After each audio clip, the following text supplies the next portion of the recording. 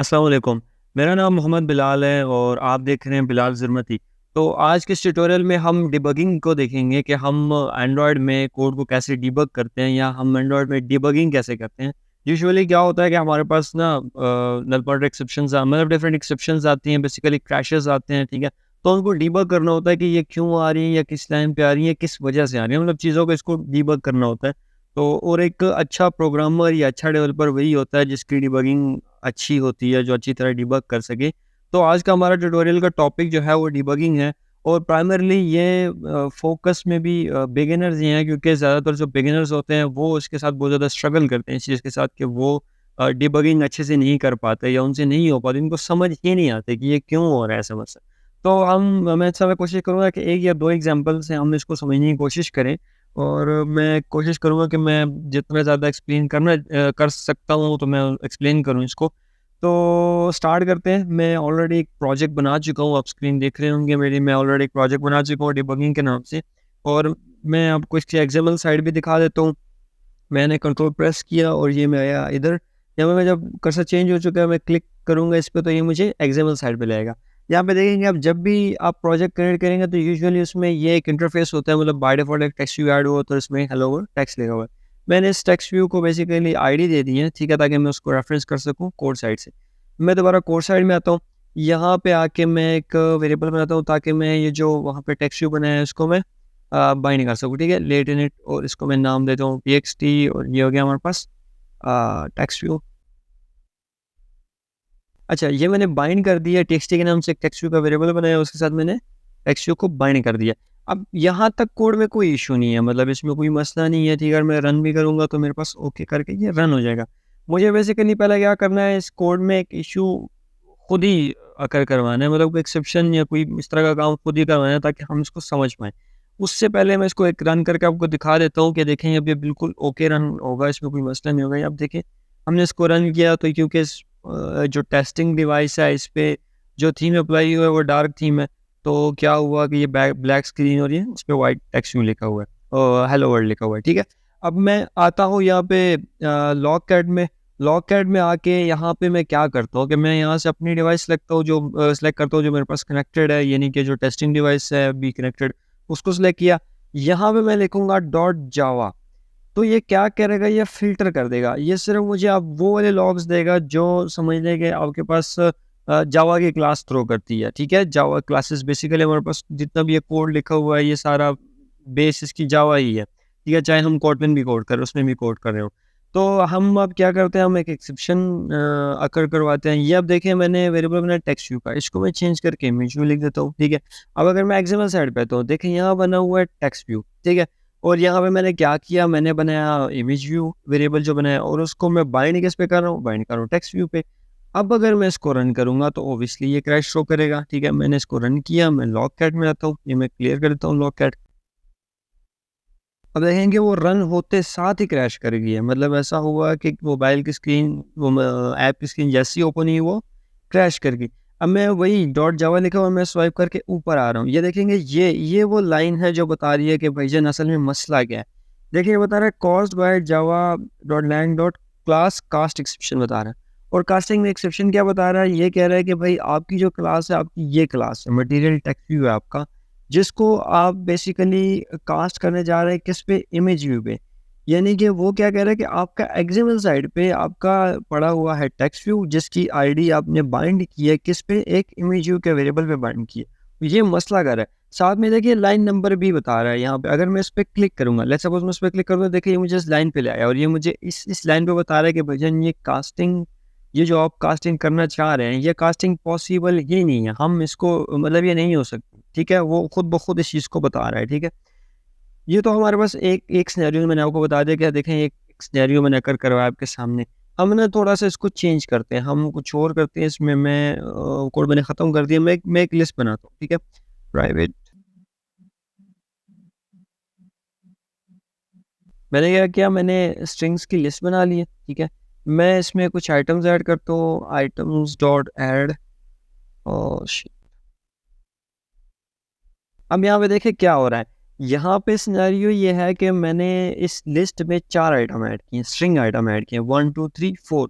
मैं क्या करता हूँ, मैं लॉग करता हूँ इसको। ये लॉग्स बहुत ज़रूरी हैं, डिबगिंग में इनका बहुत अहम किरदार है, ये मेरी बात याद रखिएगा, ठीक है। मैं इनको लॉग करता हूँ, लॉग किया मैंने यहाँ पे डॉलर साइन लगा के। देन आइटम्स आइटम्स में से भी मुझे कौन सा जो मेरे पास इंडेक्स है, मैं इंडेक्स इसको देता हूँ। मैं कहता हूँ जी इंडेक्स 2 पे जो आइटम है बेसिकली आप उसको प्रिंट कर दें। मैं इंडेक्स 2 बता रहा हूँ, उसको वैल्यू 2 नहीं बता रहा कि जो वैल्यू 2 है उसको प्रिंट करें, नहीं, मैं उसको इंडेक्स बता रहा हूँ, ठीक है। और इसको मैं यहाँ नाम देता हूँ, ठीक है। अब मैं इसको रन करता हूँ, मैं आपको आउटपुट दिखाता हूँ। पुराने लॉग्स हम खत्म कर देते हैं, यहाँ पे हम जावा की जगह मैं लॉग जेड लिखते हैं। अच्छा, ये रन हो गया सक्सेसफुली। मैं अगर लॉग कैट में आता हूँ तो यहाँ पे देखें 3 प्रिंट हुआ है ऑन क्रिएट व्यू। ये देखें यहाँ से 3 प्रिंट हुआ। 3 क्यों प्रिंट हुआ? मैंने इंडेक्स 2 की वैल्यू प्रिंट की है। ये हो गया हमारे पास इंडेक्स 0, क्योंकि एंड्रॉयड में या कोडिंग में या प्रोग्रामिंग में इंडेक्स आपका 0 से स्टार्ट होता है। ये हमारे पास 0 हो गया, देन ये 1 हो गया, और देन यहाँ आके ये 2 हो गया, ठीक है। अब इसने इसको 2 पे क्या था, 3 पड़ा होता है, इसने इसको प्रिंट कर दिया, लॉक कर दिया, ठीक है। अच्छा, मैं चाहता हूँ कि यार लेट्स सपोज़ मैं इसमें एक्सेप्शन करवाता हूँ। मैं इसको इसी तरह रहने तो इसको नहीं छेड़ता, मैं कॉपी देन पेस्ट करता हूँ। तो यहाँ पे आके मैं लिख देता हूँ, ये कितने टोटल 4 आइटम है, तो मैं लिखता हूँ जी इंडेक्स 4, ठीक है। अब क्या होगा, 0, 1, 2, 3। इंडेक्स 4 तो एग्जिस्ट ही नहीं करता। जब इंडेक्स 4 एग्जिस्ट नहीं करता तो ये क्या करेगा, एक एक्सेप्शन थ्रो करेगा, और वो एक्सेप्शन होगी index out of bound exception, ठीक है। मैं इसको दोबारा रन कर रहा हूँ, पुराने लॉग्स में क्लियर कर देता हूँ। ये ऐप रन हुई, देखिए रन होते साथ ही क्रैश हो गई, ठीक है। लेकिन मैं अगर लॉग्स में आऊँगा तो देखेंगे आप 3 वैल्यू प्रिंट हुई हुई, 3 से आगे का कोड नहीं चला, ये वाला कोड चल पड़ा है, ठीक है। वो जब कंपाइलर समझ ले या कंट्रोलर समझ ले, वो जब इस लाइन पे आया, उसने जब इस लाइन को रीड किया तो उसने एक एक्सेप्शन थ्रो कर दिया। बट उसने इधर लॉग्स में रहते हुए यहाँ पे हमें ये नहीं बताया कि एक्सेप्शन आ रही है। रीज़न क्या है? रीज़न ये है कि मैं कौन से लॉग्स देख रहा हूँ, जो मैंने कस्टम एक की दी हुई है, मैं उसके लॉग देख रहा हूँ। अगर मैं यहाँ पे डॉट जावा लिखता हूँ, ये दोबारा मुझे वहाँ ले जाएगा जहाँ पे समझने के हमारे पास क्रैशेस होते हैं या क्रैशेस क्लासेस थ्रू होती है, उसके लॉग्स हैं। मैं आया, ये देखिए, ये वो लाइन है जो मुझे बता रही है कि भाई आपके पास एक्सेप्शन है। और ये मुझे क्या कह रहा है, index out of bound exception, index 4, size 4। वो कह रहा है कि टोटल जो आपकी लिस्ट है उसके आइटम 4 हैं, टोटल 4 आइटम्स हैं, और आप उसमें से इंडेक्स 4 वाला आइटम एक्सेस करना चाह रहे हैं। जबकि हमारे पास अगर टोटल 4 आइटम है तो इससे मुराद ये है कि लास्ट इंडेक्स जो होगा वो 3 होगा, क्योंकि हमारे पास इंडेक्स जो है वो लास्ट इंडेक्स जो होता है वो साइज में से एक माइनस करके होता है, क्योंकि 0 से हमें इंडेक्स चलता है। तो ये क्या करे, index out of bound exception throw करे। और साथ में ये लाइन नंबर वही अगेन, ये देख लें आप इसने लाइन नंबर में हमें दे रहा है। मैं अगर इस पर क्लिक करता हूँ तो ये मुझे लेके आ रहा है इसी जगह पे, और कह रहा है कि भाई देखो यहाँ मसला है, ये मुझे इसी जगह पे ठहरा रहा है। मैं अगर स्वाइप करके ले सब उसकी यूँ यहाँ पे चला गया, मैं इस मेन एक्टिविटी पे इस पे क्लिक करता हूँ, दोबारा इधर ले आया मुझे कह रहा है कि इस लाइन में बेसिकली इशू है, यहाँ पे मसला है, ठीक है। अब ये चीज़ तो हमारे पास समझ लें कि आप इस चीज़ को समझ चुके होंगे कि अच्छा हमने बेसिकली एक्सेप्शन फाइंड कैसे करनी है। अब मैं आपको एक और चीज़ बताता हूँ। अब हमें एक्सेप्शन मिल गई है, इसको रिज़ॉल्व करना है, ठीक है। अब क्या होता था, पहले पहले हम जो काम करते थे, जब हमने इसको सीखा, ऑब्वियसली हम गूगल यूज़ करते हैं। मैं भी आपको रिकमेंड करूँगा कि आप गूगल को यूज़ करें। तो गूगल यूज़ करने के लिए आप जैसे आप अगर आपको नॉलेज होगी index out of bound exception की, तो ये चीज़ यहाँ पे समझना आपके लिए औखा नहीं होगा। आपको बहुत जल्दी समझ आ जाएगा कि मसला क्या है यहाँ पे। लेकिन अगर आपको इस एक्सेप्शन का नहीं पता होगा कि index out of bound exception कब आती है, क्यों आती है, तो आपको फिर थोड़ा समझने में टाइम लगेगा, मसला होगा आपको। तो उसका सॉल्यूशन ये है कि आप क्या करें, आप पहले इसको कॉपी करें, पेस्ट करें गूगल पे, इसके बारे में पढ़ें कि अच्छा ये किस किस सिनेरियो में index out of bound exception आती है, ताकि आपको समझ आए। देन अपने कोड को थोड़ा रिव्यू करें, ऊपर से नीचे उसको देखें, इस लाइन तक आएँ और सोचें कि अच्छा क्यों ऐसा हो सकता है। फिर आपको ना ये चीज़ क्लिक करेगी कि क्या मसला है। यानी मैं आपको ये समझा रहा हूँ कि हम जब काम करते थे या हमने जब सीखा, तब हम सारी चीज़ें गूगल को यूज़ करके उससे हेल्प लेते थे। आजकल के दौर में ऑब्वियसली चैट जीपीटी का दौर चल रहा है, ये एआई का दौर चल रहा है, ठीक है। तो मोस्टली जो नए लोग हैं, जो भी हैं, वो चैट जीपीटी का यूज़ करते हैं। अगर देखिए मैं इसको जस्ट सिंपली कॉपी करता हूँ, ठीक है, मैं कुछ नहीं करता। मैंने इसको कॉपी किया, मैं आया यहाँ पे और चैट जीपीटी को मैं सिंपली ये देता हूँ, ठीक है, और मैं कुछ नहीं करता। मैं ये इंटर प्रेस कर रहा हूँ आपके सामने, देखिए चैट जीपीटी मुझे क्या अच्छा कहता है, सेक्शन प्रोवाइडेड वो एक्सेप्शन से लेकर indicate index out of exception occurred in. अच्छा, 1 minute रुकिएगा। in Java program. This exception is thrown when you try to access an element of a data structure using an index that is either negative or greater than or equal to size of that data structure. वगैरह कहता है ये कब अगर होता है कि जब आप एक डाटा स्ट्रक्चर में से इंडेक्स को यूज़ करते हुए कोई चीज़ एक्सेस करना चाह रहे हैं जो और कौन सा इंडेक्स यूज़ कर रहे हैं जो उससे ग्रेटर है या नेगेटिव है, ठीक है। नीचे और उसने एग्जांपल भी दे दी है, उसने एग्जांपल ही कहते हैं देखिए जी हमारे पास टोटल 4 नंबर की एरे है, ठीक है, जिसमें नंबर 0 पे ये पड़ा हुआ है, 1 पे, 2 पे, 3 पे ये पड़ा हुआ है। इसमें से जब हम ये करेंगे, इस तरह की हरकत करेंगे, मतलब इंडेक्स 4 उठाने की कोशिश करेंगे, तो हमारे पास index out of bound exception आएगी। रीज़न क्या है? क्योंकि हमारे पास टोटल इंडेक्सेस ही 3 हैं, आइटम्स 4 हैं, बट इंडेक्सेस टोटल 3 हैं। अच्छा, ये मैंने आपको एक बताया कि मैंने सिंपली इस एरर को कॉपी किया और चैटजीपीटी पे पेस्ट किया। ये एक वे हो गया इस चीज़ को समझ। अगर आपको फिर भी नहीं समझ आती, आप नहीं समझ पाते कि नहीं यार मुझे वाक़ई समझ नहीं आया, मैं आपको एक सिंपल सी एक और मिसाल देता हूँ। देखिए हमारा कोड मसला क्या कर रहा है? आइटम्स की लिस्ट मसला कर रही है, ऐसे ही है। तो इस आइटम की लिस्ट को देखते हुए हम क्या करेंगे? हम जस्ट ये कोड कॉपी करेंगे, ठीक है? जो कोड आइटम की लिस्ट वाला कोड है, मैं इसकी बता रहा हूँ, वो कॉपी करेंगे हम, ठीक है? चैट जीपीटी पे है, यहाँ हम आके उसको पेस्ट किया, नीचे आके मैं लिखूँगा below line is throwing index out of bound exception, ठीक है? कौन सी लाइन? मैं बिलो लाइन मैंने लिखी ये वाली लाइन, ठीक है? मैं कॉपी पेस्ट किया इसको और इंटर दबा। अब देखिए मुझे बताएगा, ये कह रहा है जी the code you provide is attempting to access the element at index 4 in the items, ठीक है? आइटम्स हमारी जो लिस्ट थी, item list. However, the list you define only has elements at indices 0, 1, 2, 3. आखिरी इंडेक्स कौन सा हुआ? 3, जबकि हम कौन सा एक्सेस कर रहे हैं? 4। तो ये वो चीज़ है जो basically index out of bound exception throw कर रही है, ठीक है, और हमें बता रही है कि यार ये आपका बेसिकली मसला है, ठीक है। ये इतना सिंपल सा। मैं ये क्यों बता रहा हूँ आपको? क्योंकि मैं आपको यही कहूँगा कि आप अगर कोड में जब भी आपको इस तरह की हेल्प चाहिए तो आप चैट जीपीटी को यूज़ करें, लेकिन मेक श्योर करें कि आपको चीज़ समझ आ रही हो। अगर नहीं समझ आ रही है, आप गूगल का यूज़ करें, मैक्सिमम आप आर्टिकल्स पढ़ें, ठीक है, ताकि ये चीज़ आपको क्लियर हो कि अच्छा ये एरर कहाँ से आते हैं, क्यों आते हैं। 2 चीज़ें हमने देखी हैं। एक हमने ये देखा है कि हमारे पास बेसिकली एक कौन से लाइन नंबर पे ना एक्सेप्शन आ रहा है, ठीक है, ये जो क्रैश हो रहा है कौन सी लाइन पे हो रहा है। हमने एक इस चीज़ को समझा, वो कैसे समझा है? मैं अगर लॉगकैट में आता हूँ तो यहाँ पे हमने जावा लिखा, डॉट जावा लिखा यहाँ पे, और जब डॉट जावा लिखते हैं तो हमें इसके बाद क्या करना है? हमने ऐप को रन करना है। ऐप को रन करने के बाद हमने ऐप नहीं देखनी। मोस्टली बिगिनर्स क्या करते हैं, जब वो ऐप इस तरह की सिचुएशन में यहाँ पे डॉट जावा भी लिख देंगे, वो ऐप को रन करके मोबाइल की स्क्रीन देख रहे होते हैं और वो देखते हैं जी ये जी क्रैश हो गई। वो कहते हैं देखिए जी क्रैश हो गई। क्रैश तो हो रही है, वो तो हमें पता है क्रैश हो रही है। आपने जब जहाँ पे डॉट जावा लिख दिया तो आप ऐप को रन करने के बाद मोबाइल को रख दें साइड में। आप आए लॉगकैट में और उसको देखिए कि अच्छा मेरे पास एकदम से इस तरह के लॉग्स कहाँ पे आ रहे हैं, ठीक है? ये देखिए, इस अगर मैं यहाँ पे भी आता हूँ तो ये मुझे बता रहा है Java dot lang dot run time exception. ये कंपाइल टाइम एक्सेप्शन नहीं है, ये रन टाइम एक्सेप्शन है। जब मैं ऐप को रन करूँगा तब आएगा। अगर मैं बिल्ड करूँगा प्रोजेक्ट को तो नहीं आएगा, लेकिन जब मैं इसको रन करूँगा तब आएगा। तो एक चीज़ हमने ये देखी कि हमने एक्सेप्शन बेसिकली कैसे वो करना है ना, हमें किस लाइन पे एक्सेप्शन आ रही है ये जानने के लिए हमने ये चीज़ देखी। दूसरी जो चीज़ हमने देखी है वो लॉग्स वाली देखी है। अच्छा, लॉग्स को हम कहाँ यूज़ करते हैं? लॉग्स को हम मोस्टली वहाँ यूज़ करते हैं जब हमारे पास लेट्स सपोज बहुत ज़्यादा कोड है, ठीक है, बहुत ज़्यादा लाइन्स ऑफ कोड है, जिसमें से क्या हो रहा है, let's suppose 100 lines of code है, हमारा कोड चल रहा है 80 लाइन ऑफ कोड पे जाके जो है ना, आपका कोड आगे जो आगे का एक्शन है वो परफॉर्म ही नहीं कर रहा। तो अब आपको तो नहीं पता वो एक्शन क्यों नहीं परफॉर्म कर रहा है, लेकिन 18 लाइन के बाद लॉग लगा के, उससे पहले लॉग लगा के अब ये देख सकते हैं कि उससे पहले तक चल रहा था। इसकी मदद से, लॉग्स की मदद से आप देखते हैं कि आपके कोड का फ्लो कहाँ तक चल रहा है, ठीक है, किस लाइन तक चल रहा है। ये बहुत ज़रूरी है, ये 2 चीज़ें बहुत ज़रूरी हैं। अगर आप लॉग्स उन 2 चीज़ों को आप जो है ना कंपैरेटिवली यूज़ करेंगे तो आपको बहुत आसानी होगी चीज़ों को फाइंड आउट करने में, ये मसला कहाँ आ रहा है, ठीक है? ये बहुत ज़रूरी है।